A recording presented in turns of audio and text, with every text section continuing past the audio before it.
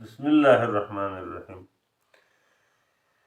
صلی اللہ علی النبی الکریم۔ دھوکہ کھانے والا اور دھوکہ دینے والا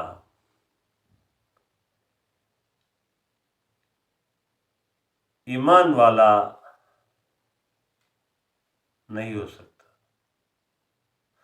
مومن کی تعریف حدیث کی مفہوم سے، حدیث کی روح سے یہ ہے کہ مومن جس کے پاس ایمان ہو،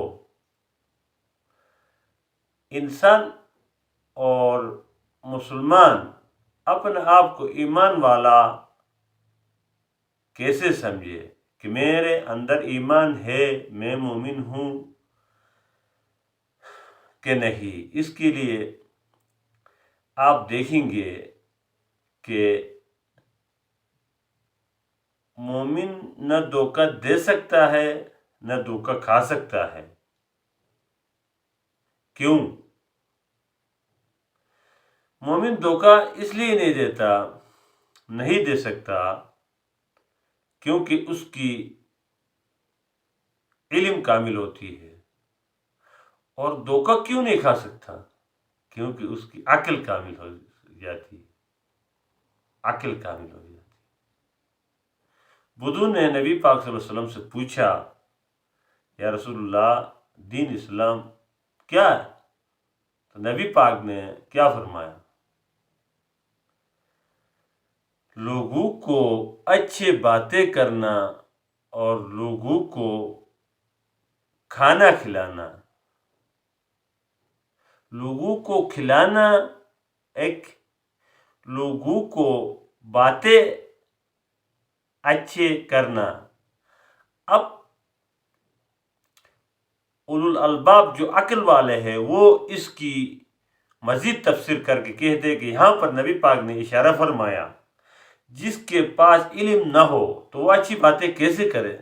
جو مطالعہ نہ کرے، علماء کی صحبت اختیار نہ کرے تو وہ اچھی باتیں کیسے کرے؟ تو اس میں پہلے نمبر پر جو اچھی باتیں کرے وہ دین اسلام میں کا اس میں اشارہ کیا کہ علم حاصل کرو، جنون کی حد تک علم حاصل کرو۔ دوسرے حصے میں کھانا کھلانا، لوگوں کو کھلانا پلانا۔ تو جب تک انسان کے پاس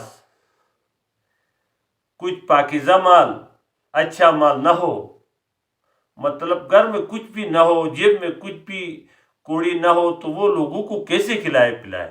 تو یہاں پر نبی پاک نے اشارہ کیا کہ جنون کی حد تک کمانے کی بھی صحیح کرے، کوشش کرے۔ ہم لوگ حلال مال کمانے سے بھی قاصر ہے اور اعلیٰ علم حاصل کرنے سے بھی قاصر ہے، اور کہتے ہیں کہ ہم مومن ہیں، کہتے ہیں کہ ہم تقوی والے ہیں۔ مومن کی پہچان تو اس کی علم کامل ہو وہ مومن ہے، جس کی عقل کامل ہو وہ مومن ہے۔ تو عقل جو ہے وہ کامل کیسے ہو سکتی ہے؟ غور فکر تفکر سے۔ کہتے ہیں کہ پاؤ علم کے لیے من عقل کی ضرورت ہے، پاؤ علم کے لیے من عقل کی ضرورت ہے۔